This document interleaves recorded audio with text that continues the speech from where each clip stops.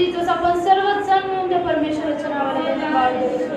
Yes, thank you Jesus. धन्यवाद प्रभू. जब आमची स्तुती आराधना देतो, तू आशीर्वाद केली सपा धन्यवाद देतो.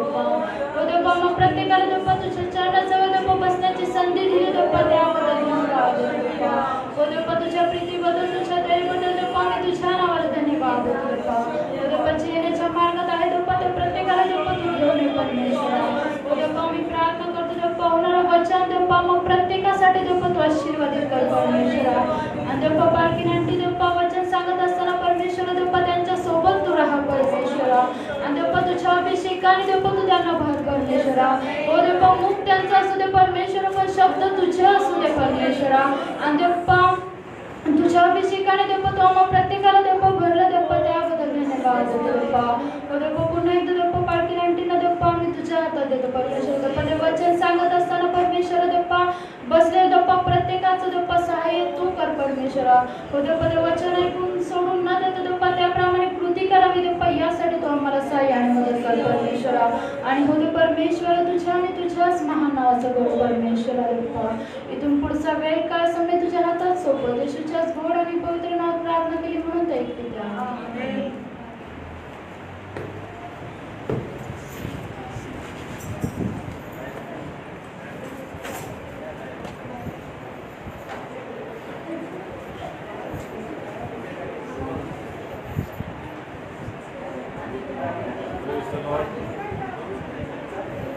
Hallelujah.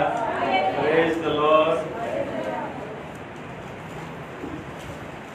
आजची उपासना ही मदर्स डे स्पेशल उपासना.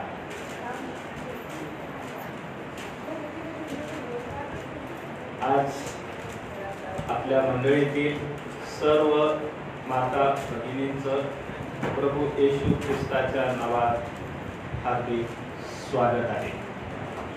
आजची उपासना संपूर्ण उपासनेचं संचलन या आपल्या मंडळीतील भगिनी करणार आहेत, माता भगिनी करणार आहेत.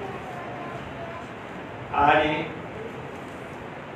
आजचा दिवस आपण मदर्स साठी सेलिब्रेट करणार आहोत. हालेलुया. मदर आहे, मदर्स आहे म्हणून आपण सर्व आहोत. आमेन. मदर नसती तर आपणही नसतो. ज्या मातेच्या प्रेमामुळे, ज्या मातेच्या संस्कारामुळे आज आपण आहोत,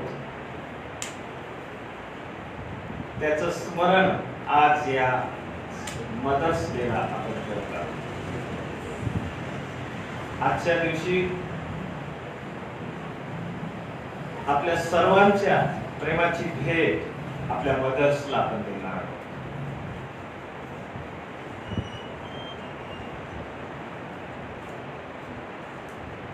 बऱ्याच ठिकाणी मदर्सला सांगितलं जातं की आई आज तू स्वयंपाक करायचा नाही, आज आम्ही करणार.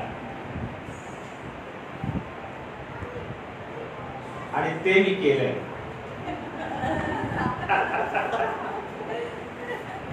अर्धा स्वयंपाक करून इथे आलोय.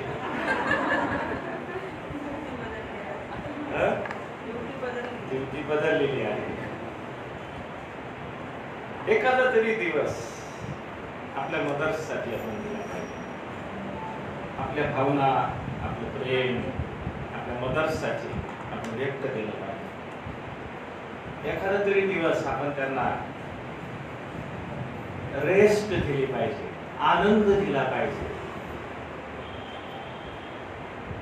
आणि केवळ एकच दिवस नाही तर आपल्या संपूर्ण जीवनामध्ये आपल्या मातेचा आपण सन्मान केला पाहिजे. देवाचं वचनच आम्हाला सांग, तू आपला माता पित्याचा सन्मान कर. हे देव आपल्याला शिकवतो. प्रभू येशू ख्रिस्ताने एक उदाहरण देखील लिहिलेलं आहे. स्वतः आपल्या सर्वांचं दुःख सहन करत असताना त्या दुःखामध्ये, त्या त्रासामध्ये, त्या वेदनेमध्ये देखील त्याचं लक्ष आपल्या मातेकडे आहे. प्रियांनो, आपल्या मातेला पोरकं सोडून प्रभू येशू ख्रिस्त गेला नाही. आपल्या मातेची जबाबदारी आपल्या आवडत्या शिष्याकडे द्यावी. एक जबाबदार मुलगा या ठिकाणी आपल्याला पाहायचा. आणि आपण पण देवाचे लेकर आहोत. एक जबाबदार लेकर आम्ही असलो पाहिजे. असो मी जास्त वेळ घेणार नाही. हा मातेचा विषय फार मोठा आहे, हा न संपणारा विषय आहे. मातेवर जेवढं बोलावं तेवढं कमीच असतं. परंतु आज स्पेशल प्रेयर आपल्या मातांसाठी देखील आमेन. स्पेशल प्रेयर आणि आजचं स्पेशल वचन देखील आपल्या मातांसाठी देव आपल्याला देणार आहे. चला तर प्रियानो, आपण आपल्या अंतःकरणाची तयारी करूया आणि प्रभूला म्हणूया, प्रभू आज तुझ्या वचनाद्वारे आम्हा सर्वांची भेट दे. प्रार्थना करूया. सर्व शक्तिमान परमेश्वर, या मदर्स डे बद्दल आम्ही तुला धन्यवाद देतो. हा दिवस प्रभू आम्हा सर्वांना दाखवलास आणि आपल्या मातेचं उपकार मानण्यासाठी आणि आपल्या मातेला आनंद देण्यासाठी प्रभू एक संस्मरणीय दिवस प्रभू आज आम्ही पाहतो. आम्ही तुला धन्यवाद देतो प्रभू, आम्हाला चांगल्या माता तू दिल्यास आणि त्यांच्याद्वारे चांगले संस्कार तू आम्हाला दिलेस. त्यांच्याद्वारे तू आम्हाला तुझ्या वचनामध्ये वाढवलंस. धन्यवाद देतो. हो दे परमेश्वरा, आज ह्या मदर्स डेला तुझं पवित्र वचन ऐकत असताना प्रभू तुझ्या वचनाद्वारे आम्हा सर्वांची तू भेट घे. आणि विशेष करून परमेश्वरा, आमच्या माता भगिनींना तू आशीर्वादित कर. तुझा अभिषेक आजच्या वचनावर असू दे. आम्हा सर्वांना ऐकणारे कान आणि समजणारं हृदय दे. तुमच्या मातेचं प्रेम, तिने उचललेले कष्ट, तिने सहन केलेला त्रास, तिने सहन केलेल्या वेदना, तिने जे गाळलेले अश्रू आम्ही कधीही विसरू नये, यासाठी तो आमचा साहेब. आम्ही सर्वजण तुझ्या हातात बोलणाऱ्या तुझ्या दासीला अभिषिक्त कर. तुझ्या गौरवासाठी, तुझ्या पवित्र नामासाठी उपयोगात धन्यवाद असेल प्रभू येशू ख्रिस्ताच्या पवित्र नावात. आमेन. मी विनंती करतो पार्टींना त्यांनी पुढे यावं आणि देवाच्या वचनातून आपल्याशी बोलावं.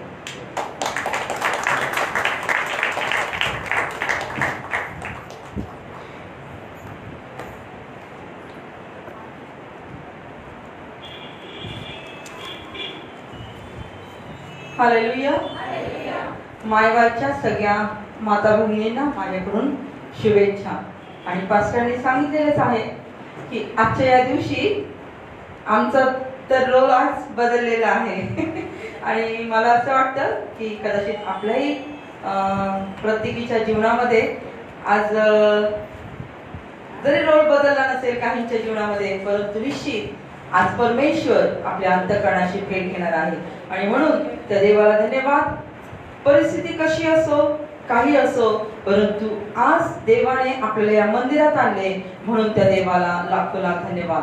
आज अनेक अशा माता असतील की ज्या कदाचित दुःखी असतील, अनेक अशा बहिणी असतील की ज्या आपल्या पतीसाठी दुःखी असतील, आपल्या लेकरांसाठी दुःखी असतील, परंतु आज त्या विश्वासाने बसा की आज माझा परमेश्वर माझी भेट घेणार आहे. हालेलुया. आपण प्रार्थना करूया वचनासाठी. Thank you lord, thank you Jesus. पुन्हा एक बार प्रभू या सकाळच्या समय वाचन ते ही सुंदरची संधी प्रभू तुझ्या चरणात देण्याच्या आम्हा प्रत्येकाला दिलीस त्याबद्दल तुला मी धन्यवाद देतो. परमेश्वर पित्या आज तुझ्या गौरव प्रभू वचनाद्वारे आम्हा प्रत्येकाच्या अंतःकरणाशी तू बोल. गौरव प्रभू परमेश्वर पित्या आम्हाला स्वतःला रिक्त कर आणि प्रभू तुझ्या आत्म्याने तुझ्या वचनाच्या सामर्थ्याने तो आज आम्हा प्रत्येकीला भर माझ्या किंवा पा. आजच्या या मायवारच्या दिवशी वाचन ते पा तुला विनंती करते की प्रत्येक या ठिकाणी बसलेली माता तिच्या अंतःकरणातील विचार, तिच्या अंतःकरणातील प्रार्थना आज प्रभू तू ऐक माझ्या राजा. आणि प्रत्येक मातेच्या अंतःकरणामध्ये प्रभू हा विश्वास दे की तू तिचा देव आहेस. हालेलुया. होय प्रभू आज वचनाद्वारे आम्हा प्रत्येक बहिणीची तू भेट घे. या ठिकाणी उपस्थित प्रत्येक बहिणीला आणि भावांना तुझ्या हातात समर्पित करत आहे. आजचा हा मायवार वाचन ते पा जो आम्ही संदेश प्रभू तुझ्याकडून आलेला आहे तो आम्ही ग्रहण करत असताना प्रभू परमेश्वर पिता होऊ दे तुझं गौरव तू करून घे. बोलणारी मी नसून पवित्र आत्मा तू आम्हा सोबत, माझ्या सोबत आणि इथे बसलेल्या प्रत्येक बहिणी सोबत बोलावंस अशा मी तुला विनंती करतो. इथून पुढचा वेळ का समय आणि आमचं जीवन पुन्हा एक वार नव्याने तुझ्या पवित्र चरणाजवळ समर्पित करत येशूच्या द्वारे मागवते माझे पित्याद्वारे. आज मायवार आणि या मायवारच्या निमित्ताने तुम्हाला विनोद सांगते की एक जेनी नावाची मुलगी असते आणि मायवार असतो. आज जसा मायवार आहे तसाच मायवार असतो आणि जेनी म्हणते तिच्या मम्मीला, मम्मी भांडे घासत असते तर जेनी लगेच जाते तिच्याकडे आणि तिला म्हणते मम्मी आज तू भांडे नको घासू. मम्मीला असं वाटतं अरे इतकी माझी मुलगी इतकी म्हणजे लहानच होती, ती खूप मोठी नव्हती, परंतु त्या आईला फार कौतुक वाटते की चला आज माझी मुलगी मला भांडे घासू देत नाहीये आणि माझं काम ती करणार आहे. म्हणून तिला खूप एक मनामध्ये आनंद होत असतो की किती समंजस झालंय माझं लेकरू, आज मला ती भांडे घासू देत नाही. असं ती विचार करत असताना जेनी म्हणते उद्या घास.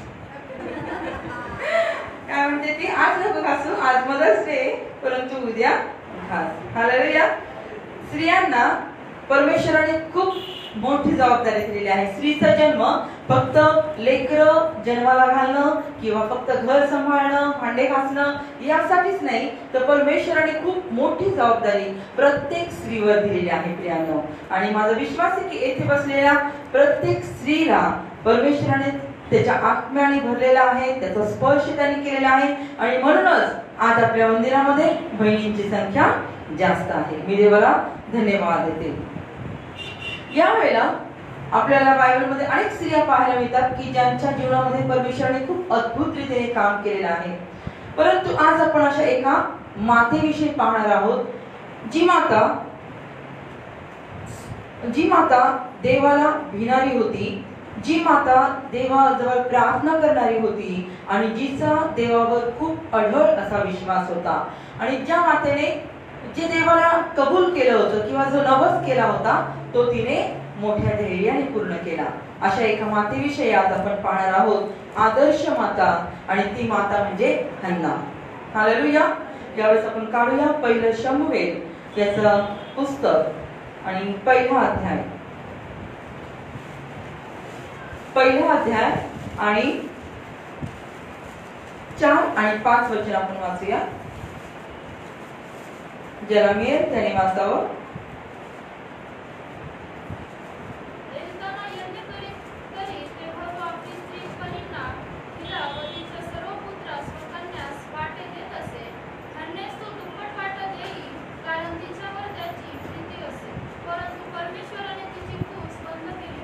हालेलुया. या ठिकाणी आपल्याला पाहायला मिळतं हन्नेचा स्वभाव किंवा एल्काना आणि हन्ना यांची स्टोरी. आणि त्या ठिकाणी तो यज्ञ करायचा आणि आल्यानंतर तो काय करायला पनिन्नाला म्हणजे दुसऱ्या पत्नीला आणि तिच्या सगळ्या मुलांना आणि मुलींना तो देत असे, परंतु हन्नेला तो दुप्पट वाटा देई. हालेलुया. हन्नेला तो दुप्पट वाटा देई का? कारण त्याची हन्नेवर प्रीती होती. का बरं हन्नेवर प्रीती होती? कारण हन्ना प्रेमळ, समंजस आणि पतीवर आणि कुटुंबावर प्रेम करणारी स्त्री होती. या ठिकाणी आपल्याला पाहायला मिळतं की हन्ना एक प्रेमळ, समंजस, पतीवर आणि कुटुंबावर प्रेम करणारी स्त्री होती. आपल्याला पाहायला मिळतं की पनिन्नाकडे लेकरं होते, हन्नेकडे तसं काहीच नव्हतं. आणि आपण बऱ्याचदा असं म्हणतो की नाही का, मुलांचं लग्न केलं की आपण म्हणतो की दोघांमध्ये एक आला की त्यांचं अधिक प्रेम वाढेल. म्हणतोच ना आपण असं की आता दोघ जण आहेत, परंतु एखादं लेकरू झालं की ते दोघ जण आणखीन प्रेमाने राहतील, आणखीन तो समजून घेईल तिला, असं आपण म्हणत असतो. परंतु या ठिकाणी पाहायला मिळतं आपल्याला की हन्नेला मुलबाळ नव्हतं, तरी पण या एल्कानाचा तिच्यावर जास्त प्रेम होतं. का? कारण ती तशी प्रेमळ होती, समंजस होती. तिने जरी तिला मूल नव्हतं, ती दुःखी होती, परंतु ती घरामध्ये असताना एक पनिन्ना देखील त्या कुटुंबामध्ये होती. परंतु तरी पण हन्ना एक पत्नी म्हणून त्या पतीची काळजी घेत होती. एक पत्नी म्हणून त्या घराची जी जबाबदारी होती ती सांभाळत होती. आणि त्याच्यामुळं एल्कानाचं तिच्यावर अधिक प्रेम होतं. असं नाही की आपण म्हणजे काही तिच्याकडून मिळालं म्हणून एल्काना तिच्यावर प्रेम करत नव्हता, तर तिचा मुळातच स्वभाव हा प्रेमळ होता. का? कारण तिचा सगळ्यात पहिलं म्हणजे देवावर प्रेम होतं. हालेलुया.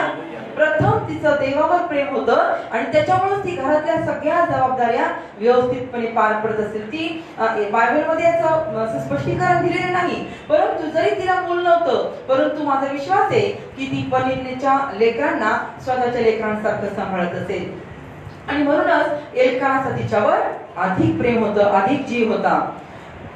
का? कारण की हन्नेचं सगळ्यात प्रथम आपल्या देवावर प्रेम होतं आणि नंतर आपल्या पतीवर, नंतर आपल्या कुटुंबावर. तिला असं वाटत नव्हतं की मला लेकरं नाही येत, मग मी काय करायचं, मी आपला आराम करेल, मी आपली मजा करेल, असं तिचं जीवन नव्हतं. ती देखील घर या नात्या, कुटुंब या नात्याने ती काय करत असेल, त्या कुटुंबाची काळजी घेत असेल, एल्कानाची काळजी घेत असेल. पनिन्ना जरी काही बोलत असेल तरी ती तिच्याकडे दुर्लक्ष करत असेल आणि म्हणूनच एल्कानाच्या मनामध्ये तिच्याविषयी जास्त प्रेम होतं प्रियांनो. हालेलुया. आणि मला तुम्हाला आजच्या या दिवशी हेच सांगू द्या की जर तुमचंही प्रेम येशूवर अधिक असेल तर आपोआप तुमच्या घरातील तुमचा पती तुमच्यावर प्रेम करेल, तुमच्या घरातील तुमचे लेकरं तुमच्यावर प्रेम करतील आणि तुमच्या घरातील तुमची सासू देखील तुमच्यावर प्रेम करेल. का? कारण तुमचं सगळ्यात प्रथम प्रेम कोणावर आहे? देवावर आहे. आणि म्हणून सर्वात प्रथम प्रेम तुम्ही देखील देवावर करा. देवावर जर आपण सगळ्यात जास्त प्रेम केलं तर आपोआप देव या जगामध्ये राहत असताना आपले जे नातेसंबंध आहे, कुटुंब म्हटलं की आईचा रोल असतो, कुटुंब म्हटलं की पत्नीचा रोल असतो, सासूचा असतो, सुनेचा असतो, ठीक आहे नाही, हे सगळे रोल करण्यासाठी परमेश्वर आपल्याला सहाय्य करेल. का? कारण त्याची प्रीती आपल्यामध्ये असते आणि त्याची ज्यावेळेस प्रीती आपल्यामध्ये असते त्यावेळेस आपोआप घरातलं वातावरण देखील आपण काय करत असतो, प्रीतीचंच आपण ठेवत असतो. आणि म्हणून या ठिकाणी या हन्नेला जरी लेकरू नव्हतं, परंतु एल्कानाचा तिच्यावर जीव होता, जास्त प्रेम होतं. का? कारण की ती देवावर प्रेम करणारी होती. आणि म्हणूनच आज तुम्हाला मी हे सांगू इच्छिते की सगळ्यात प्रथम तर तुम्ही देवावर प्रेम करा. दुसरी गोष्ट आपल्याला या हन्नेच्या जीवनातून पाहायला मिळते की हन्ना परमेश्वरासमोर रडली. पहिले शमूएल याचा पहिला अध्याय आणि 7वं वचन आहे, 5, 7 आणि 10.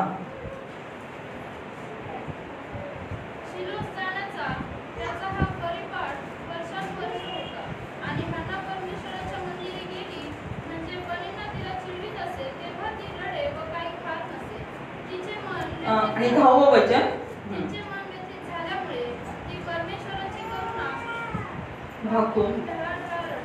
हालेलुया. बघा या ठिकाणी ज्यावेळेस तो एल्काना दरवर्षी शिलो या ठिकाणी जायचा यज्ञ करण्यासाठी, वर्षानुवर्ष त्यांचा परिपाठ होता. परिपाठ म्हणजे नित्यक्रम, त्यांचा रोज दरवर्षाचा तो नियम होता आणि तो जायचा. आणि ज्यावेळेस तो त्या ठिकाणी जायचा एल्काना, त्यावेळेस हन्ना परमेश्वराच्या मंदिरात गेली म्हणजे पनिन्ना तिला चिडवीत असेल तेव्हा ती रडे व काही खात नसे. या ठिकाणी असं कुठे लिहिलं नाही की हन्नेने तिला प्रत्युत्तर केलं किंवा हन्ना तिच्यावर चिडली किंवा हन्ना तिला काहीतरी बोलली, असं काहीच लिहिलं नाही. तर हन्ना ज्या पण वेळेस पनिन्ना तिचा अपमान करायची त्या वेळेस ती रडायची आणि काही खात नसायची. आणि ज्या पण वेळेस ती मंदिरामध्ये जायची त्यावेळेस परमेश्वराची करुणा भागून ढळढळाती रडायची. प्रियांनो, इतकी अंतःकरणापासून ती देवावर प्रेम करणारी होती आणि त्याच्यामुळे तिच्या मुखामध्ये त्या आपल्या परींनाविषयी किंवा दुसरी पत्नी, एल्कानाची दुसरी पत्नी आपण म्हणतो सवत, परंतु तिच्याविषयी तिच्या मनामध्ये असा द्वेष किंवा राग नव्हता, परंतु तिच्या अंतःकरणामध्ये दुःख होतं की देवा तुम्हाला देखील एक लेकरू देऊन आशीर्वादित कर. आणि म्हणून ती काही न बोलता, प्रत्युत्तर न करता फक्त ती काय करायची, रडायची. आणि ती काही खात पीत नसे आणि परमेश्वरासमोर ती आपलं मन मोकळं करत असायची आणि ढळढळाती रडायची. आपल्याही जीवनामध्ये अनेकदा दुःख येतं, संकट येतात, हे ना. आपल्याही जीवनामध्ये कधी कधी पती आपल्याला बोलतो, कधी कधी आपले लेकरं आपल्या विरोधात जातात, लेकरं देवाला न आवडणाऱ्या गोष्टी करतात. त्यावेळेस बहिणींना आपण काय करतो? त्यावेळेस आपण कुठे जाऊन रडतो? आपल्या शेजारणीकडे जाऊन रडतो का आपल्या आईकडे जाऊन रडतो? मला नवऱ्याने आज फार त्रास दिला, आज फार मारलं, आज परत दारू पिऊन आला. कुठे जातो आपण? या ठिकाणी हन्ना काय करायची? हन्ना एल्कानाकडे सुद्धा कधी गेली नाही. बघा, त्याचं तिच्यावर प्रेम होतं, परंतु ती असं नाही लिहिलं की ती त्याच्या पतीकडे जायची रडायची. इथे काय लिहिलंय? तिचे मन व्यथित झाल्यामुळे ती परमेश्वराची करुणा वाकून ढळढळा रडली. ती मंदिरामध्ये जाऊन, परमेश्वराच्या मंदिरी जाऊन ती रडायची. आपणही आपल्या जीवनातील जे पण काही दुःख असेल, जी पण काही समस्या असेल, डोंगरा एवढं वादळ असेल, तरी पण आपण कुठे गेलं पाहिजे? तर परमेश्वराच्या मंदिरी आपण गेलं पाहिजे. आणि परमेश्वराच्या मंदिरामध्ये जाऊन देवाजवळ आपण आपलं मन मोकळं केलं पाहिजे. प्रियानो, आपण अशा ठिकाणी नाही गेले पाहिजे की जिथं आपण खूप अश्रू म्हणजे असतात. अशा जगामध्ये असे लोक असतात की आपण खूप दुःख घेऊन त्यांच्याकडे जातो की असं झालं तसं झालं, आपण खूप रडतो, परंतु तीच गोष्ट ते परत दुसऱ्यांजवळ अगदी हसवून सांगतात.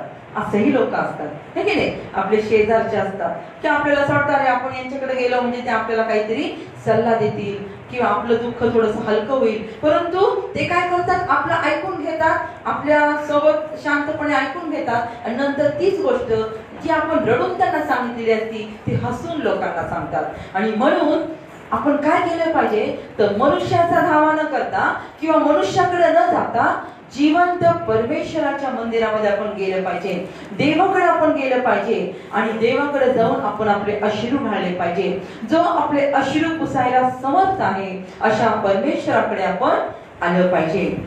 आणि आपण परमेश्वराकडे आपल्या दुःखासाठी तर रडलं पाहिजेच, परंतु आपली बहीण दुःखामध्ये आहे, आपला भाऊ दुःखामध्ये आहे, आपल्या शेजारची किंवा आपल्या मंदिरातील एखादा भाऊ, एखादं कुटुंब दुःखामध्ये आहे, तर अशा वेळेस सुद्धा आपण इकडं तिकडं चर्चा न करता किंवा काही असं एकाचं दोन न सांगता आपण त्यांच्यासाठी मध्यस्थी केली पाहिजे. देवाच्या मंदिरामध्ये येऊन त्यांच्यासाठी आपण अश्रू ढाळले पाहिजे की देवा ही बहीण दुःखी आहे, हिचं जीवन तू बदल. देवा हा भाऊ व्यसनाधीन झालेला आहे, याचं जीवन तू बदल. असे अश्रू आपण देवाच्या मंदिरामध्ये येऊन आपण ढाळले पाहिजे. प्रियानो, आणि ज्यावेळेस आपण देवाच्या मंदिरामध्ये येऊ आणि ज्यावेळेस आपण अश्रू घालू तर निश्चित तो आपला जिवंत देव आहे. तो असं करणार नाही, आपले अश्रू पाहून तो आपल्या जवळून जाणार नाही, तर आपले अश्रू पाहून तो त्याच ठिकाणी थांबून आपले अश्रू पुसणारा आपला जिवंत देव आहे. हालेलुया.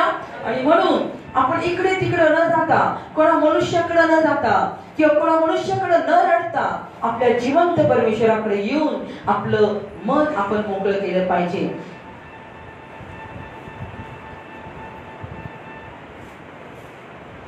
आपण रडतो, परंतु आपण आपल्या आपल्या स्वतःसाठी रडतो की मला एखादं समजा आता माझं पोट दुखत आहे, माझं डोकं दुखत आहे, मग आपण रडायचं तेव्हा मला तू स्पर्श कर, आरोग्य दे. नव्हे तर आपण आपल्या कुटुंबातले जे प्रियजन आहे, समजा आता आपला एखाद्याने आपला नवरा आपला ऐकत नसेल किंवा नवरा जर व्यसन करत असेल किंवा आपला तरुण लेकरू जर व्यसन करत असेल, तर आपण काय केलं पाहिजे बहिणींनो?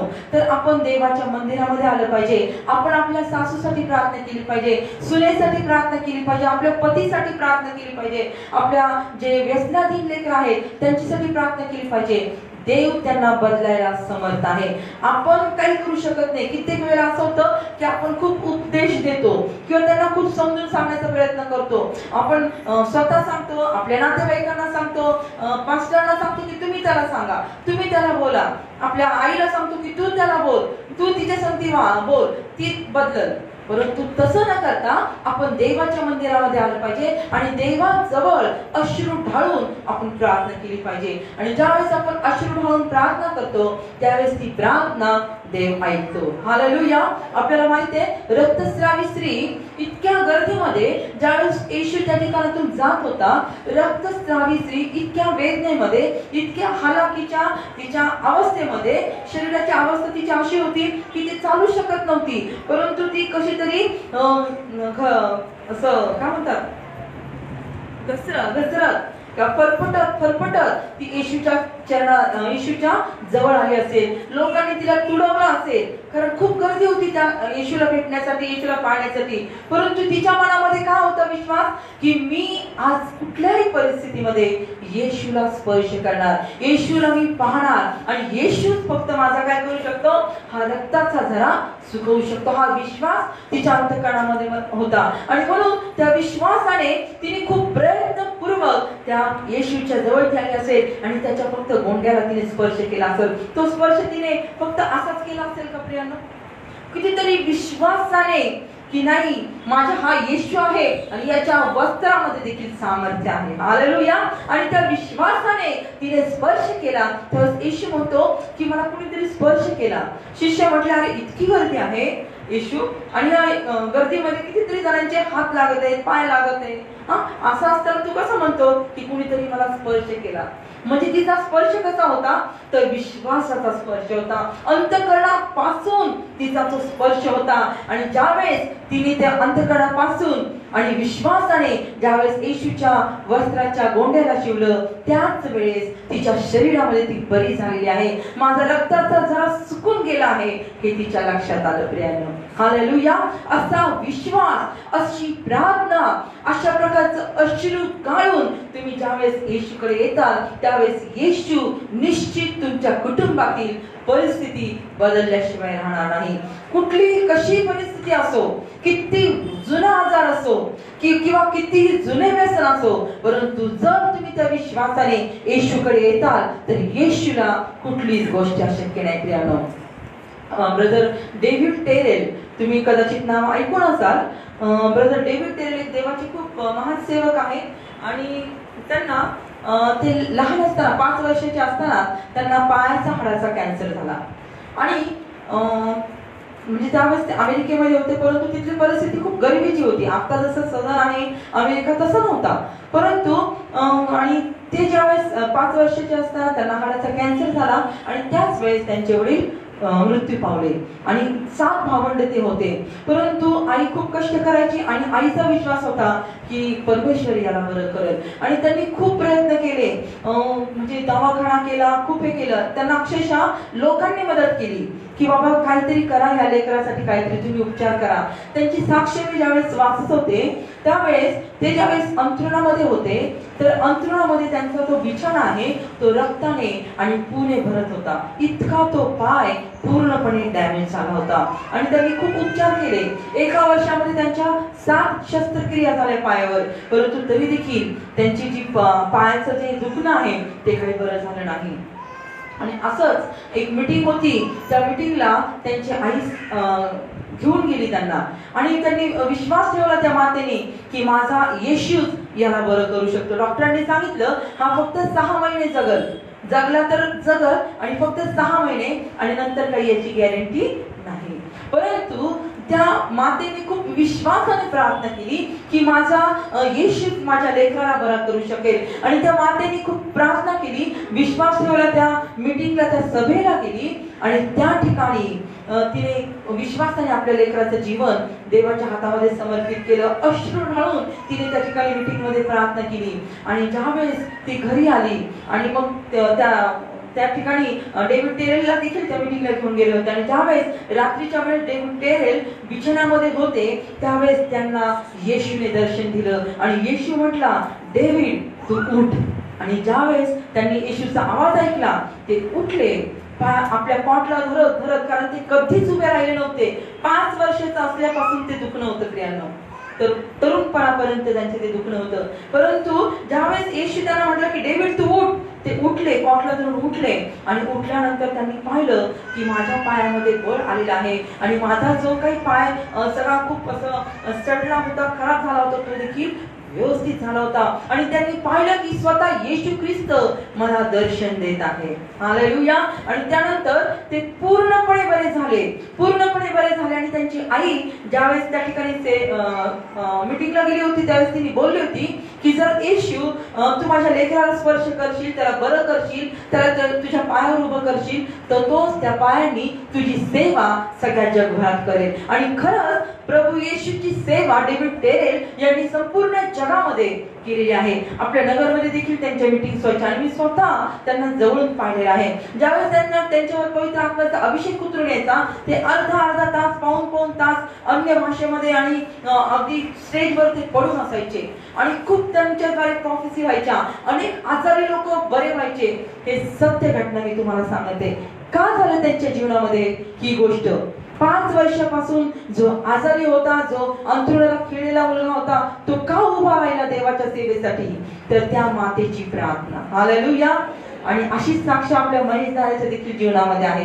कशाला जास्त लांब जायचं? आपल्या मंदिरामध्ये देखील ती साक्ष आहे. का आहे? का झालं? कारण त्या मातेची प्रार्थना, अश्रू राहून केलेली तिने 2 मिनिटाची प्रार्थना आज महेशला जीवन देऊन गेलेली आहे. हालेलुया. तर अशा प्रकारे आपण आपल्या जीवनातलं दुःख, आपल्या जीवनातली कुठलीही समस्या, कुठलंही वादळ काही असू द्या बहिणींनो, मला तुम्हाला हे सांगू द्या, ज्यावेळेस तुम्ही देवाच्या मंदिरात येताल आणि ज्यावेळेस त्या विश्वासाने प्रभू येशूला आवाज देताल, अश्रू गाळून तुम्ही प्रार्थना करताल, तो तुमचे अश्रू ओलांडून जाणार नाही. हालेलुया. हन्नेचे अश्रू परमेश्वराने पाहिले. ती परमेश्वरासमोर रडली आणि परमेश्वराने तिचे अंतःकरण पाहिले आणि तिला स्पर्श केला. त्यानंतर आपण पाहूया की हन्नाचा तिसरा गुण, चांगला गुण, तर हन्ना देवाच्या दारी गेली व तिने परमेश्वरापुढे प्रार्थना केली. हालेलुया. आपण वाचूया 1 शमूएल याचा 1 अध्याय 7वं वचन, 11वं आणि 12वं. 7, 11 आणि 12 आपल्यासाठी वाचेल कोणीतरी?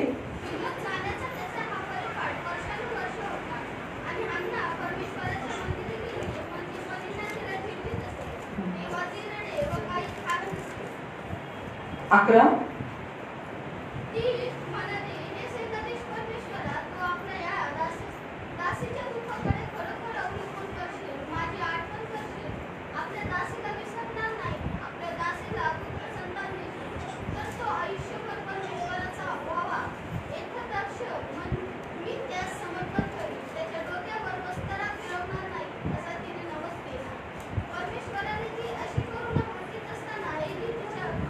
हा, बस, धन्यवाद. या ठिकाणी आपल्याला पाहायला मिळतं की हन्ना ही परमेश्वरासमोर तर रडलीच, परंतु हन्ना देवाच्या दारी गेली आणि तिने परमेश्वराकडे प्रार्थना केली.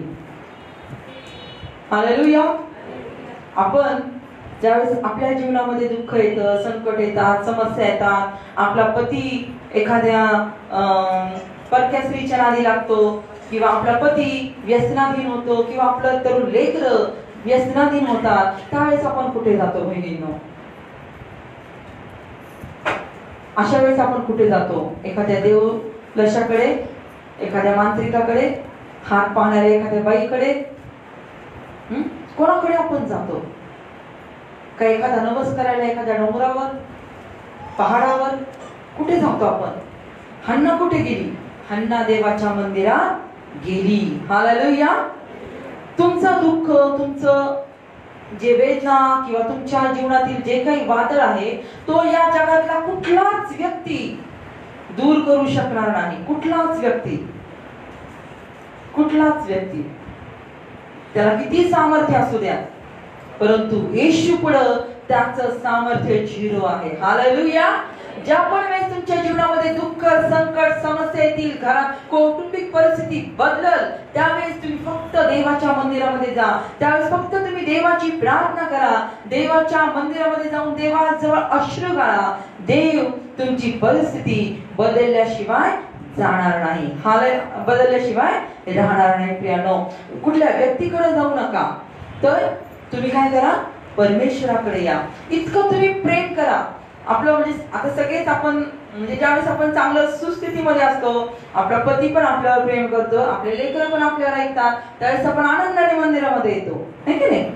परंतु ज्यावेळेस आपल्या घरातली परिस्थिती एकदम याच्या विरुद्ध होते, आपला पती आपल्याशी व्यवस्थित वागत नाही, आपला मुलगा दारू पित आहे, किंवा आपला पती दारू पित आहे, किंवा आपली सासू भांडत आहे, किंवा आपले घरातील एकमेकांसोबत असे वाद झालेले आहेत, अशा वेळेस आपण काय करतो, नाही आता चर्चला नको जायला, काय फायदा आहे चर्चला जाऊन, चर्चला जाऊ नये हेच करता तुम्ही, आणि घरात राहू नये तेच, जाऊ दे चर्चला जायचंच नाही, आज आपण कुठेतरी दुसरीकडे जाऊ, आज कुठेतरी टाइमपास करू, आज संडे आहे ना, आज एखाद्या मित्राकडे जाऊ, एखाद्या मैत्रिणीकडे जाऊ, एखाद्या शेजारच्या बाईकडे जाऊ, आणि तिथेच आपण छानपैकी वेळ घालू.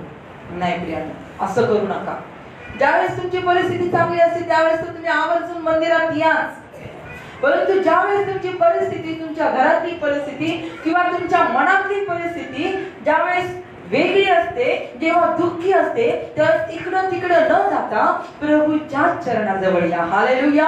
आणि तो इतका विश्वासू देव आहे, तो इतका चांगला देव आहे. ज्यावेळेस आपण दुःखी अंतःकरणाने देवाच्या मंदिरात येऊ, आणि ज्यावेळेस त्या अंतःकरणाने येऊ की आज येशू, मी मनुष्याला काही सांगू शकत नाही, मनुष्याला माझा अंतःकरणातली काही गोष्टी सांगू शकत नाही, परंतु तू माझा स्वर्गीय बाप आहेस, मी आज तुला माझं मन मोकळं करत आहे. आणि ज्यावेळेस तुम्ही त्या विश्वासाने, त्या अंतःकरणाने देवाच्या चरणाजवळ येतात प्रियानो, त्यावेळेस तो तुमची प्रार्थना ऐकेल. त्यावेळेस तुम्ही दुःखी अंतःकरणाने येतात, परंतु जाताना तुम्ही आनंदित होऊन, आशीर्वाद घेऊन, देवाकडून एक अभिवचन घेऊन तुम्ही घरी जातात. हालेलुया. आणि म्हणून ज्यावेळेस तुमच्या जीवनामध्ये दुःख, संकट, समस्या येतील, त्यावेळेस देवाच्या दारामध्ये येऊन, देवाच्या अंगणामध्ये येऊन, देवाच्या मंदिरामध्ये येऊन तुम्ही देवाजवळ प्रार्थना करा. हालेलुया. आणि ज्यावेळेस आपण देवाच्या मंदिरात येऊन प्रार्थना करू, त्यावेळेस देव तुमच्या अंतःकरणामधील किंवा तुमच्या जीवनातील मोठमोठे वादळ, किती मोठं वादळ असू द्या, ते वादळ शांत केल्याशिवाय राहणार नाही. हालेलुया. आणि म्हणून असं अविश्वास दाखवून मंदिरात येऊ नका, हे काय माहिती होईल का नाही, पण जाऊ दे, चला आता काय तसं आपल्याला जावं लागतं म्हणून यायचं, आपली हजेरी लावावी लागते म्हणून यायचं मंदिरात, आणि परिस्थिती आपल्या घरातली वर्षानुवर्षे तशीच, असं होणार नाही. ज्यावेळेस तुम्ही त्या अंतःकरणाने, त्या विश्वासाने मंदिरात येताल की माझा येशू आज माझी भेट घेईल, आणि येशू मला तुझा स्पर्श तू कर, येशू माझ्या घरातली परिस्थिती तू बदल, येशू माझ्या पतीला तू बदल, येशू माझ्या लेकराला तू बदल, आणि तूच बदलायला समर्थ आहे, आणि मी तुझ्याचकडे येणार, मी तुलाच हाक मारणार, मी तुझ्याचकडे प्रार्थना करणार, आणि मी फक्त माझं दुःख मी तुला सांगणार. मला या जगातील कुणी, या जगामधील कुणी मला समजून घेऊ अगर न घेऊ, परंतु मी माझं मन तुला सांगत आहे, मी माझं मन तुझ्या समोर मोकळं करत आहे.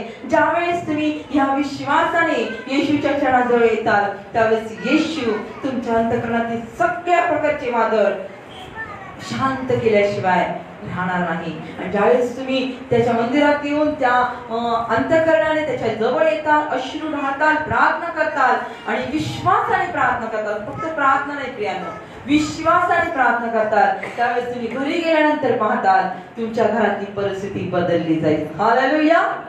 हा विश्वास आपण ठेवला पाहिजे आणि त्या विश्वासाने आपण प्रार्थना केली पाहिजे. ज्याप्रमाणे कोंबडी ज्यावेळेस वादळ उठतं त्यावेळेस कोंबडी काय करते, तिचे पिल्लं घाबरतात, सैरवायला अशी पळायला लागतात. कोंबडी काय करते, त्या सगळ्या पिल्लांना आपल्या पंखाखाली घेते आणि सुरक्षित ठेवते. आणि ज्यावेळेस ते पिल्लं देखील ज्यावेळेस त्या पंखाखाली असतात, त्यांना माहित असतं की आता किती वादळ येऊ द्या, आम्हाला काही होणार नाही, आम्ही कोणाच्या पंखाखाली आहोत, आमच्या आईच्या पंखाखाली आहोत. हालेलुया. आणि आईपेक्षाही अधिक प्रेम, मी पुन्हा सांगते, आईपेक्षाही अधिक प्रेम आपला प्रभू येशू आपल्यावर करतो, आपल्या पतीपेक्षाही अधिक प्रेम आपला प्रभू येशू आपल्यावर करतो, आपल्या लेकरांपेक्षाही अधिक प्रेम या जगामध्ये आपला प्रभू येशू करतो. म्हणजे हे करत नाही असं नाही, हे करतात, परंतु यांच्याही पलीकडे जाऊन प्रभू येशूने तुमच्या आणि माझ्या पापासाठी त्याच्या शरीरातला रक्ताचा शेवटचा थेंब सांडलेला आहे. आणि त्याची इच्छा आहे की कुठल्याही माझ्या भावाचा बहिणीचा नाश होऊ नये, कुठल्याही कुटुंबाचा नाश होऊ नये ही त्याची इच्छा आहे. आणि त्याला फक्त एकच पाहिजे की तुम्ही त्या अंतःकरणाने, त्या विश्वासाने त्याच्या मंदिरामध्ये या, त्याच्या पंखाखाली या. आणि ज्यावेळेस आपण एखादी प्रार्थना करतो ना, तर आपण एखाद्या व्यक्तीसाठी, एखाद्या गोष्टीसाठी प्रार्थना करतो त्यावेळेस होईल का काय माहिती, आता घरी जाऊपर्यंत काय, आता याच्या मंदिरामध्ये येताना प्रार्थना करायची आणि घरी जाताना, रस्त्याने जातानाच सैतान लगे म्हणतो आता तू तर प्रार्थना केली, पण बघ आता घरी गेल्यानंतर वेगळीच परिस्थिती असेल. हा ते काय माहिती, भांडण घे फार वेळ लागला चर्चमध्ये किंवा काहीतरी, आता घरी गेल्यानंतर वेगळंच होईल. असं जर तुमचा विश्वास असेल तर तो विश्वास काही फायद्याचा नाही, किंवा मंदिरात येणं तसं सगळं व्यर्थ होईल. तुम्ही ज्यावेळेस मंदिरात येता, ज्याप्रमाणे ते कोंबडीच्या पंखाखाली पिल्लं एकदम बिनधास्त राहतात, तिच्या म्हणजे ती सुरक्षित असतात, त्याप्रमाणे तुम्ही एखादी गोष्टी जेव्हा देवाच्या हातात सोपवून देता त्यावेळेस बिनधास्त राहा, त्यावेळेस पूर्ण विश्वास ठेवा की आता मला घाबरायची कारण नाही, कुठल्या गोष्टीची चिंता करण्याचे कारण नाही. कारण मी माझा प्रश्न कोणाच्या हातात सोपवलेला आहे? देवाच्या हातामध्ये सोपवलेला आहे. सर्वसमर्थ प्रभू येशूच्या हातात आपण सोपवलेला आहे. आणि याप्रमाणे आपण देवाच्या मंदिरात आलं पाहिजे आणि विश्वासाने प्रार्थना केली पाहिजे. विश्वासाने स्वतःला, स्वतःच्या कुटुंबाला त्या प्रभू येशूच्या कृपाछत्राखाली आपण समर्पित केलं पाहिजे. चौथी गोष्ट आहे हन्नेची, की हन्नेने परमेश्वराकडून उत्तराची वाट पाहिली. किती वर्ष वाट पाहिली ते या ठिकाणी दिलेलं नाही, परंतु तिने विश्वासाने उत्तराची वाट पाहिली. आपल्याला या ठिकाणी बायबलमध्ये पाहायला मिळतं की शिलोस 7वं वचन, शिलोस जाण्याचा त्याचा हा परिपाठ वर्षानुवर्ष होता. आणि हन्ना परमेश्वराच्या मंदिरात गेली म्हणजे पणींना तिला चिडवीत असे, म्हणजे वर्षानुवर्ष तिने एकदा प्रार्थना केली असेल. पुढे आपल्याला पाहायला मिळतं 11व्या वचनामध्ये देखील तिने प्रार्थना केली, रडली ती देवाच्या मंदिरामध्ये जाऊन. एलिस याजक होता त्याच्या समोर ती रडली. आणि 13व्या वचनामध्ये आपल्याला पाहायला मिळतं की हन्ना मनातल्या मनात बोलत होती, तिचे ओठ हालत होते, पण तिचा शब्द ऐकू येत नव्हता, है की नाही. म्हणजे ती दरवर्षी मंदिरामध्ये जायची, प्रार्थना करायची, रडून प्रार्थना करायची आणि पुन्हा घरी जायची. असं नाही झालं की तिने एक वर्ष केलं किंवा 2 वर्ष, आपल्याला त्याचं बायबलमध्ये ते सांगितलं नाही, परंतु फक्त सांगितली दरवर्षी. म्हणजे तिने किती वर्ष प्रार्थना केल्या ते आपल्याला माहिती नाही. आजकालच्या या इन्स्टंट युगामध्ये आपल्याला नाही का, असं समजा घरामध्ये काही जेवायला नसेल तर लगेच प्रशंसा 2 मिनिटात मॅगी करते, पोट भरून टाकते, है ना. असं पटकन आपल्याला लागतं आजकालच्या याच्यामध्ये. एखादी प्रार्थना केली की असं वाटतं लगेच उत्तर मिळालं पाहिजे. आज प्रार्थना केली, दुसऱ्या रविवारी माझा पती चर्चमध्येच आला पाहिजे. आज प्रार्थना केली, माझ्या नंतर आता सगळं असं व्यवस्थितच झालं पाहिजे. नाही प्रियानो, तुम्ही विश्वासाने प्रार्थना करा. विश्वासाने देवाच्या हातात तुमचा प्रश्न, तुमची समस्या, तुमचं संकट जे पण काही असेल ते विश्वासाने सोपवून द्या आणि पहा देव त्याचं उत्तर दिल्याशिवाय राहणार नाही. ज्याप्रमाणे शेतकरी काय करतो, पेरणी करतो. पेरणी केल्यानंतर तो असं म्हणत नाही आता लगेच आता 2 दिवसात पाऊस आला पाहिजे, 8 दिवसात आला पाहिजे, महिन्यात पाऊस आला पाहिजे, असं तो म्हणत नाही. तो फक्त पेरणी विश्वासाने करतो की पाऊस पाडणार देव आणि माझं शेतामध्ये पीक येणार, है की नाही.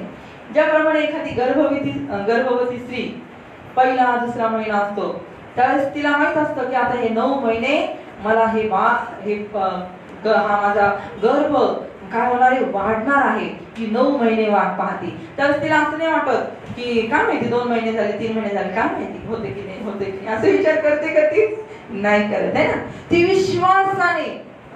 विश्वासाने 9 महिने वाट पाहते. जोक नाहीये, है ना. बहिणींना माहितीये किती वेदना, किती त्रास, किती सगळं चलबिचल, सगळं एकदम मूड चेंज होतो सगळं, परंतु तरी पण ती बहीण, ती माता विश्वासाने किती महिने वाट पाहते? 9 महिने वाट पाहते. 9 महिने सोपी गोष्ट नाही. 9 महिने ती त्या जीवाला सांभाळते, त्याची काळजी घेते, ठीक नाही. मग जर आपण या गोष्टीची म्हणजे आपल्याला माहित असतं प्रेग्नंट आहे म्हणजे कधी ना कधी लेकरू होणार, है ना. 9 महिन्यानंतर लेकरू होणार. त्याप्रमाणे ज्यावेळेस तुमची एखादी गोष्ट तुम्ही देवाकडे मागता त्यावेळेस तुम्ही हा विश्वास ठेवला पाहिजे की ते कधी ना कधी मला उत्तर 101% मिळणार. हालेलुया. असं नाही की काय माहिती मिळतं की नाही, प्रार्थना केली पण काय माहिती होतं की नाही, असं नाही. होणार म्हणजे होणार. कारण येशूकडे, देवाकडं नकार किंवा नाही किंवा अशक्य हे शब्दच त्याच्या डिक्शनरीमध्ये नाही. तो फक्त म्हणतो विश्वासाने मागा. विश्वासाने जर तुम्ही मागाल तर हा पर्वत देखील इथून उचलून समुद्रात टाकीला जा म्हणतात, तर तसं होईल. म्हणजे बघा, म्हणजे तो विश्वास तुमचा किती जाणला पाहिजे. हालेलुया. ब्रदर डेव्हिड त्याच्या आईचा विश्वास होता की माझा येशू माझ्या लेकराला चालवेल. एवढे ऑपरेशन झाले, डॉक्टरांनी सांगितले अशक्य आहे. महेश दादाला देखील डॉक्टरांनी सांगितलं अशक्य आहे. एवढे वर्ष ट्रीटमेंट घेतली नाही, परंतु तिचा विश्वास होता, आईचा विश्वास होता की माझा देव महेशला जिवंत करेल. माझा देव महेश ज्यावेळेस वॉकरवर चालायचा, ज्यावेळेस तो असं घसरत चालायचा, त्यावेळेस त्याच्या आईचा, त्याच्या कुटुंबियांचा विश्वास असेल की देवाने जर त्याला बरं केले तर देव त्याला उठून पण चालवेल. हालेलुया. मला देखील डॉक्टरांनी सांगितलं होतं, ज्यावेळेस आमचं लग्न झालं, मला ज्यावेळेस पहिल्या दिवस गेले त्यावेळेस डॉक्टरांकडे आम्ही गेलो दोघं जण, आणि डॉक्टरांनी सांगितलं की तुमच्या जीवनामध्ये प्रश्नचिन्ह आहे, तुम्ही आई होताल का म्हणून. हालेलुया. डॉक्टरांनी सांगितलं होतं तुमच्या जीवनामध्ये प्रश्नचिन्ह आहे, तुम्ही परत आई होताल का म्हणून. परंतु माझ्या देवाने तो प्रश्नचिन्ह काढून टाकला. हालेलुया. हालेलुया. इतका तो चांगला देव आहे आणि प्रत्येक प्रश्नाचं उत्तर त्याच्याकडे होय आणि आमेन असंच आहे. हालेलुया. आणि म्हणून कुठलीच गोष्ट त्याला अशक्य नाही. ज्यावेळेस तुम्ही एखादी गोष्ट त्याच्याकडे मागता तेव्हा थोडा पण असा संशय धरू नका, होईल का, पती बदलल का, मुलगा बदलल का, हे असं होईल का. नाही, जर देवाने मला या भूतलावर जिवंत ठेवले, तो माझ्या छोट्या छोट्या प्रार्थना ऐकतो, तर निश्चित ही मोठं जे संकट आहे किंवा ही जी माझी मोठी मागणी आहे ती आपल्याला वाटते पण त्याला वाटत नाही. त्या प्रार्थनेचं उत्तर देखील, ती मोठी मागणी देखील तो निश्चित मान्य करेल, उत्तर त्याचं देईल. आणि म्हणून हन्ना विश्वासाने प्रार्थना करायची, दरवर्षी जायची, दरवर्षी अश्रू ढाळायची, आणि तिला माहित होतं की ज्याच्याजवळ मी प्रार्थना करते, ज्याच्याजवळ मी मागते, तो मला कधी खाली हात पाठवणार नाही, तो माझ्या प्रार्थनेचं उत्तर देणार. आणि म्हणून ती काय करायची, विश्वासाने दरवर्षी विश्वासाने मंदिरामध्ये जायची आणि प्रार्थना करायची. हालेलुया. किती वर्ष आपल्याला माहिती नाही, परंतु परमेश्वराने तिच्या प्रार्थनेचं उत्तर तिला दिलं. आपण कसं करतो, प्रार्थना करतो 2दा 3दा 4दा 8दा 10दा, एखाद्या वेळेस महिनाभर करतो का, महिनाभर एखाद्या गोष्टीसाठी प्रार्थना विसरून जातो, हे की नाही. आपण म्हणतो नाही का, समजा एखाद्याने आपल्याला सांगितलं या गोष्टीसाठी प्रार्थना करा, मग आपण काय करतो, 2दा 3दा 4दा, आठवड्यातले 2-3 आठवडे करू, सपोज 1 महिना करू. पण असे वर्ष केल्यात का तुम्ही प्रार्थना? नाही. आपला लगेच दम निघून जातो, जाऊ दे, देवाची इच्छा दिसत नाही, आपण लगेच मनाने काय करतो, देवाला स्वतःच उत्तर देऊन टाकतो की नाही, देवाची इच्छा नाही, है ना. परंतु तसं नाही प्रियानो, देवाची इच्छा आहे. जर तुम्ही त्याच्याकडे योग्य मागताय, जे तुम्ही मागताय ते त्याच्या गौरवासाठी मागताय. कारण हन्नाने कोणाच्या गौरवासाठी मागितलं? पनिन्नाला जळवण्यासाठी मला मुलगा द्या असं ती म्हटली का? नाही. तर ती काय म्हटली की मी याला आमरण तुझ्या सेवेसाठी देईल. हालेलुया. आणि ज्यावेळेस तिने मागितलं, विश्वासाने मागितलं, त्यावेळेस तिने वाट देखील धीराने पाहिली. हालेलुया. आणि म्हणून आपण ज्यावेळेस आपल्या प्रार्थना विनंती घेऊन देवाकडे येतो तेव्हा विश्वासाने, धीराने प्रार्थनेचं उत्तर मिळूपर्यंत प्रार्थना करा, निरंतर प्रार्थना करा, है की नाही. देवाचं वचन काय सांगतं आपल्याला 1 थेसलोनिके 5:17 मध्ये, निरंतर प्रार्थना करा. लूक 18 आणि याचं पहिलं वचन काय सांगतं, न थकता प्रार्थना करा, न थकता. ज्यावेळेस येशू सोबत त्याचे शिष्य होते, त्या डोंगरावर गेले, येशू म्हटला तुम्ही काय करा, प्रार्थना करत जागृत राहा. आणि येशू डोंगरावर प्रार्थना करायला गेला, परंतु ज्यावेळेस तो खाली येऊन पाहतो तर हे गेले झोपून, है ना. आपण रात्रीच झोपतो नाही का, रात्र देवाने विसाव्यासाठी केली, परंतु तुम्हाला माहितीये का, रात्री देखील आपण काय प्रार्थना करून झोपतो की देवा आमच्या उषा पायथ्याशी तुझ्या दिव्यरित्यांचा पहारा ठेव. करतो की नाही प्रार्थना? म्हणजे देव आपली दिवसा पण काळजी घेतो, 24 तास येशू आपली काळजी घेतो, आपल्यासाठी प्रार्थना करतो. पण आपण किती वेळ प्रार्थना करतो, आपण कितीदा प्रार्थना करतो, याचं आपण आज आत्मपरीक्षण करण्याची गरज आहे. निरंतर प्रार्थना करावी. एखादी गोष्टीचं जोपर्यंत उत्तर मिळत नाही तोपर्यंत तुम्ही अत्याग्रही विधवेसारखी निरंतर प्रार्थना करा आणि देव उत्तर दिल्याशिवाय राहणार नाही. त्याच्यानंतर पाचवी गोष्ट जी आहे हन्नेच्या जीवनामधून पाहायला मिळते आपल्याला की हन्नेने देवाला दिलेले वचन पाळले. 1 शमूएल याचा 1 अध्याय आणि 22 वचन आपण वाचूया.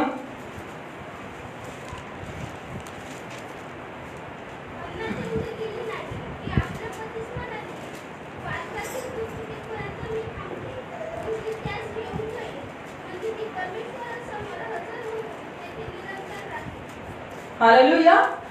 ज्यावेळेस एल्काना दरवर्षी जायचा, ज्यावेळेस हन्नेला लेकरू झालं त्यावेळेस पण एल्काना देवाच्या मंदिरामध्ये यज्ञ करण्यासाठी गेला आणि त्यावेळेस हा जो बाळ होता शमूएल बाळ तो दूध पित होता, म्हणजे लहान होता. आणि त्यावेळेस एल्कानाला वाटलं की चल आता हन्ना येईल, आता हन्नेची प्रार्थना देवाने मान्य केली, तिने नवस केलेला आहे, तर आता तिला आपण घेऊन जाऊ म्हणून तो तिला विचारतो. परंतु हन्ना काय झाली, त्यावेळेस ती गेली नाही. हन्ना तेवढी गेली नाही, ती आपल्या पतीस काय म्हणाली, तर बालकाचे दूध तुटेपर्यंत मी थांबते, मग मी त्यास घेऊन जाईल, म्हणजे तो परमेश्वरासमोर हजर होऊन तेथे निरंतर राहील. बघा, तिने असं नाही केलं की ठीक आहे हा चला आता मी येते, शमूएल बाळाला मंदिरामध्ये तिथपर्यंत घेऊन जाते आणि परत घेऊन येते, है ना.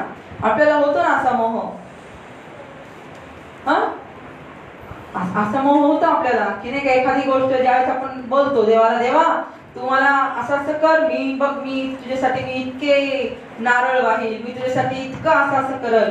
परंतु ज्यावेळेस खरी कृती करण्याची वेळ येते त्यावेळेस आपण देवाला काही गरज यायची, एवढे 10 नारळाची काय गरज आहे, 8 देऊ 5 देऊ, त्याच्यावेळी आपण दुसऱ्यांना देऊ, असं आपण काय करतो, तडजोड करतो. म्हणजे देवासमोर आपण एखादी गोष्ट बोलतो की देवा आता माझा मुलाचं व्यसन सुटू दे, सगळं त्याला एकदम तुझ्या मार्गात आण, तुझ्या भयात त्याला उभं कर, तुझ्या सेवेसाठी मी त्याला देईल, असं आपण म्हणतो.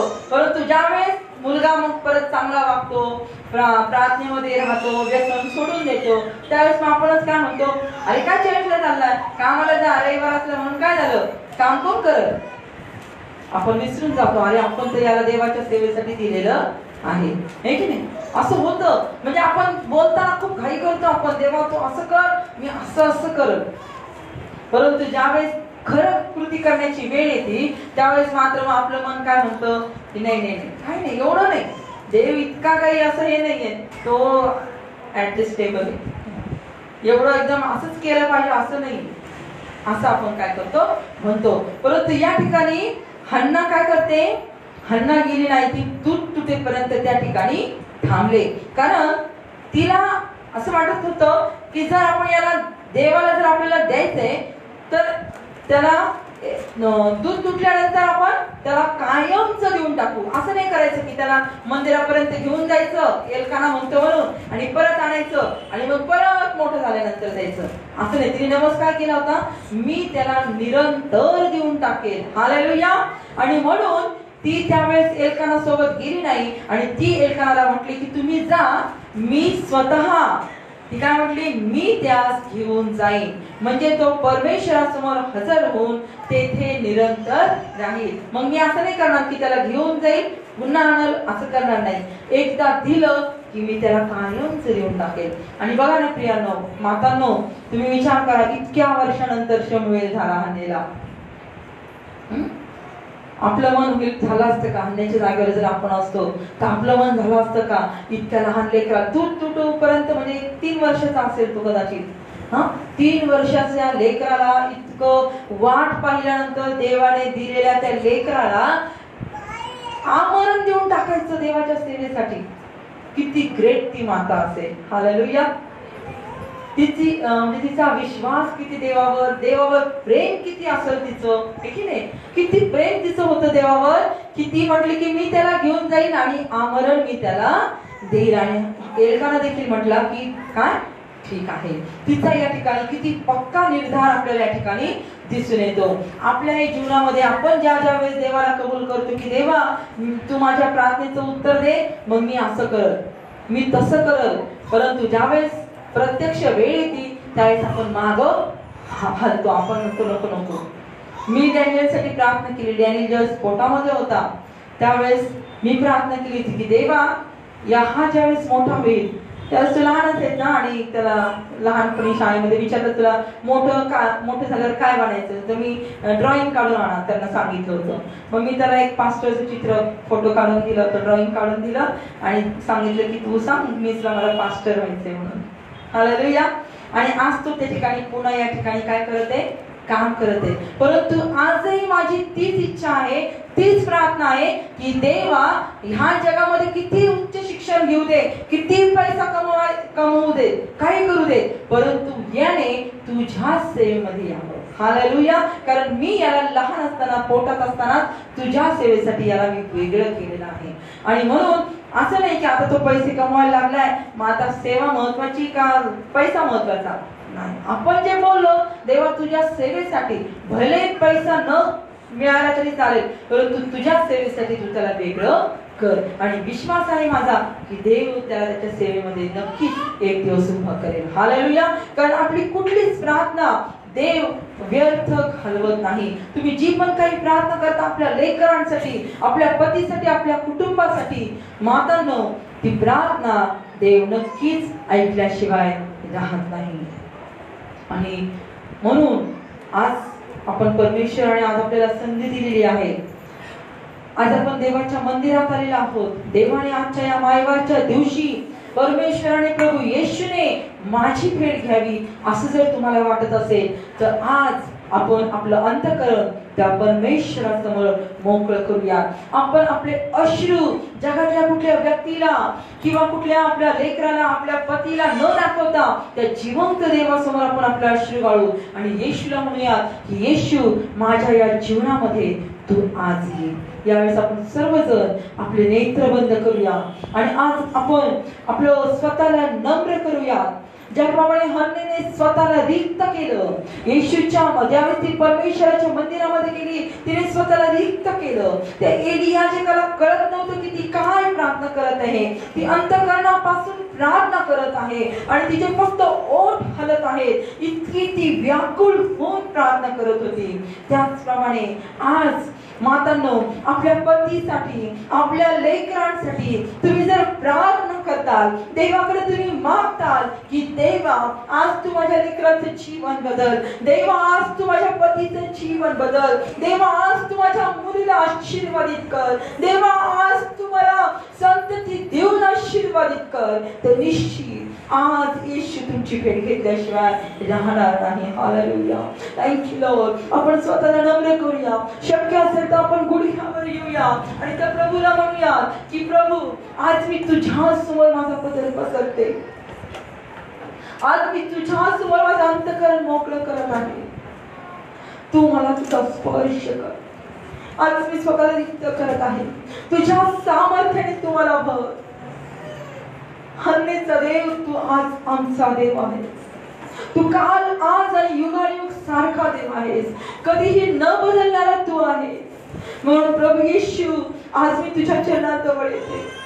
माझ्या जीवनातील वादळ, माझ्या लेकराच्या जीवनातील वादळ, माझ्या पतीच्या जीवनातील वादळ शांत करण्यास तू समर्थ आहेस. हालेलुया. आज आपण आपलं अंतःकरण देवाला मोकळं करूया. देवाला आपण आवाज देऊया.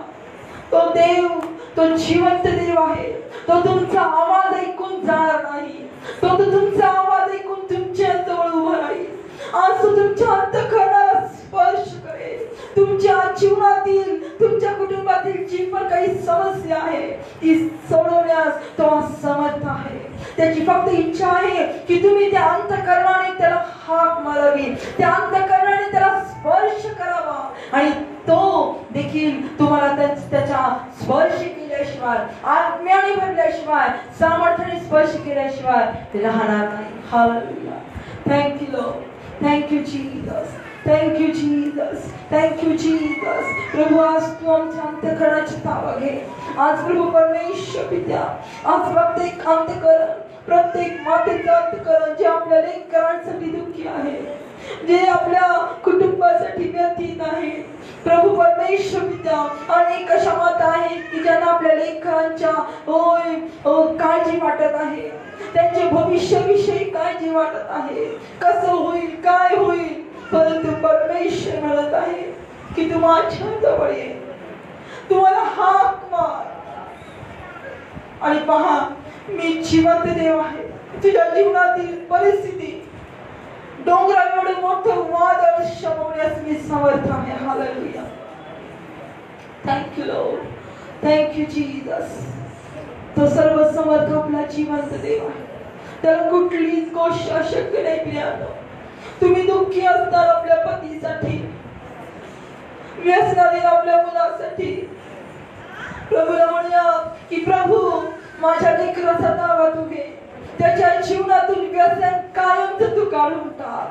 प्रभू आम्हाला हे अशक्य आहे, परंतु तू सर्व समर्थ जिवंत देव आहे, हन्नेला आशीर्वादित करणारा जिवंत देव तू आहे, रक्तस्रावी स्त्रीचा रक्ताचा झरा चुकवणारा जिवंत देव तू आहे, जगण्याचं जीवन बदलणारा जिवंत देव तू आहे। आज तू आमच्या जीवनातील परिस्थिती बदल, माझ्या लेकराच्या जीवनातील परिस्थिती तू बदल। Hallelujah, thank you lord, thank you Jesus, thank you Jesus, thank you Lord, धन्यवाद येशू, थँक यू लॉर्ड। आज आपल्या अंतःकरणाचं आत्मपरीक्षण आपण करूया। प्रत्येक बहीण आपले नेत्र बंद करेल आणि परमेश्वराला हाक मारेल। Thank you Jesus, thank you lord, thank you lord, thank you Jesus, thank you lord. प्रभू मी तुला धन्यवाद, तुझी स्तुती कर प्रभू। आज आम्ही आमची नजर तुझ्याकडे स्थिर ठेवू। Thank you, thank you Jesus.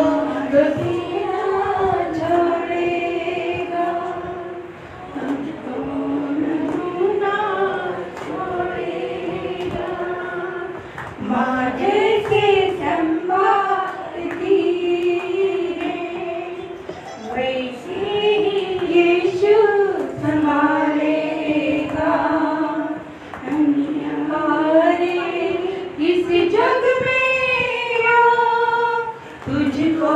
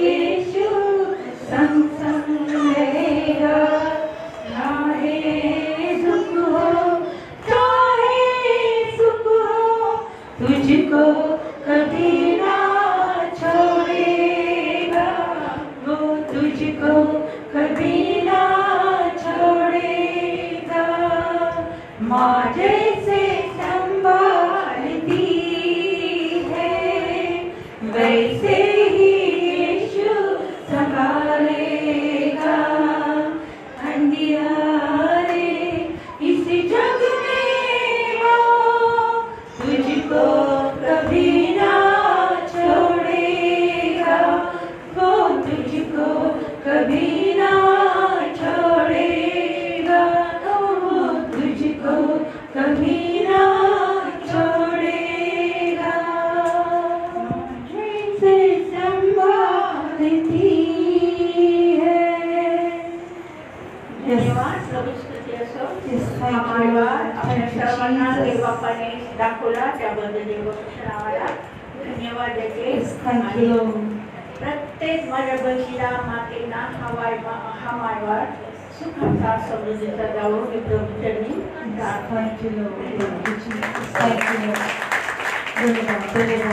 ज्यावेळेला आपण प्रार्थना करूया, पुन्हा एक वार आपले नेत्र आपण बंद करूया आणि परमेश्वराला म्हणूया की प्रभू आज तुझ्या वचनाद्वारे तू आमची भेट घेतलेली आहे आणि प्रभू परमेश्वर पिता हन्नेसारखा तो विश्वास तू आम्हाला दे. हन्नेसारखे ते धीराने उत्तराची वाट पाहण्याचं जीवन तू आम्हाला दे. Hallelujah. Thank you Lord. Thank you Jesus. Thank you Jesus. धन्यवाद धन्यवाद धन्यवाद देते प्रभू परमेश्वर पिता. तुझी स्तुती करते, तुझ्या नावाला मान महिमा गौरव सन्मान देते. यावेळी गौरव प्रभू परमेश्वर पिता या ठिकाणी गौरव प्रभू बसलेल्या प्रत्येक माझ्या मातेला, प्रत्येक माझ्या बहिणीला मी तुझ्या पवित्र आणि सावरलेल्या हातामध्ये समर्पित करत आहे. गौरव प्रभू परमेश्वर पिता आपल्या जीवनामधील परिस्थिती कितीही भयंकर असली, आपल्या कुटुंबामधील दुःख किंवा वाद कितीही मोठं तरी तो विश्वास दे की तू ते वादळ शांत करण्यास समर्थ आमचा जीवनचा देव आहेस. आणि म्हणून प्रत्येक बहिणीने, प्रत्येक मातेने तुझ्या चरणाजवळ यावं, तुला हाक मारावी. आपल्या कुटुंबातील परिस्थिती, जे जीवन परिस्थिती आहे ती तुझ्या समोर मोकळी करावी, तुझ्या समोर आपले अश्रू ढाळावे. यासाठी तू प्रत्येक बहिणीचं सहाय्य मदत कर. परमेश्वर पिता तू जिवंत देव आहेस, तुला कुठलीच गोष्ट अशक्य नाही. तू सर्व समर्थ देव आहेस. आमच्या प्रत्येक प्रार्थनेचं उत्तर देण्यास तू समर्थ आहेस माझ्या राजा. हा विश्वास प्रत्येकीच्या जीवनामध्ये, अंतःकरणामध्ये तू निर्माण कर माझ्या देवा. परिस्थिती कशी असो, दुःखाची असो किंवा सुखाची असो, परंतु खरोखर आमच्या जीवनामध्ये सुख, शांती, आनंद देणारा तूच आमचा जिवंत देव आहे. आणि म्हणून आम्ही तुझ्या चरणाजवळ यावं, आम्ही तुला हाक मारावी, आम्ही तुझ्याशी विश्वासू असावं, आम्ही सर्वाधिक प्रेम प्रथम तुझ्यावर करावं. यासाठी प्रत्येक बहिणीचं तू सहाय्य मदत कर परमेश्वर पिता. दया आणि कृपा कर. पुन्हा एक वार माझ्या कृपा आम्हा प्रत्येक बहिणीला तू आज तुझा स्पर्श केलास, आम्हा प्रत्येकीसोबत तू बोललास, त्याबद्दल तुला धन्यवाद देतो. या ठिकाणी प्रत्येक मातेने, प्रत्येक बहिणीने केलेली अंतःकरणापासून केलेली प्रार्थना तू ऐकलीस, त्याचं उत्तर तू दिलंस, त्याबद्दल तुला धन्यवाद देते. प्रत्येकीच्या जीवनातील दुःख, संकट, समस्या तू निवारण केल्यास त्याबद्दल तुला धन्यवाद देते. प्रभू परमेश्वर पिता ज्या माता आपल्या लेकरांसाठी रडत होत्या त्यांना देखील तू प्रभू परमेश्वर पिता पाहिलेला आहे, त्याला तुझा स्पर्श तू केलास, त्याबद्दल तुला धन्यवाद येशू. होय गौरीश्वर प्रभू परमेश्वर पिता खरोखर तू चांगला आहेस. तू प्रार्थना ऐकून त्याप्रमाणे कार्य करणारा आमचा जिवंत देव आहे. हन्नेचा देव तू आज आमचा देव झालास. आम्ही तुझ्या नावाला धन्यवाद देतो. प्रभू पुन्हा एक वार आमचं जीवन नव्याने आम्ही तुझ्या पवित्र चरणात समर्पित करत आहोत आणि तुला विनंती करत आहोत की येणाऱ्या दिवसांमध्ये देखील प्रभू आम्हाला अधिकाधिक तुझ्यामध्ये तू ठेव. तुझ्या वचनात, तुझ्या भयात, तुझ्या कृपेत, विश्वासात तू आमची वाढ कर. यासाठी की प्रभू आम्ही स्वतः सोबत आमच्या कुटुंबाला देखील, आमच्या लेकरांना, आमच्या पतीला देखील तुझ्यामध्ये वाढवावं. यासाठी तू सहाय्य मदत कर परमेश्वर पिता. ज्याप्रमाणे प्रभू त्यांना आमच्या कुटुंबाची प्रभू परमेश्वर पिता प्रभू शारीरिक गरज भागवण्यासाठी तू आम्हाला या भूतलावर ठेवलेला आहे, त्याचप्रमाणे प्रभू आमच्या पतीची, आपल्या लेकरांची आध्यात्मिक उन्नती करण्याची मोठी जबाबदारी तू आमच्यावर दिलेली आहे. आणि म्हणून माझ्या देवा आम्ही विश्वासाने आमचं परिवार, आमचं कुटुंब, आमचं जीवन तुझ्या हातात समर्पित करत आहोत. तू सहाय्य मदत कर. इथून पुढे संपूर्ण वेळ का समय तुझ्या हातात समर्पित करत आमचंही जीवन नव्याने तुझ्या चरणात समर्पित करत येशूच्या कर्माला विनंती करतोय.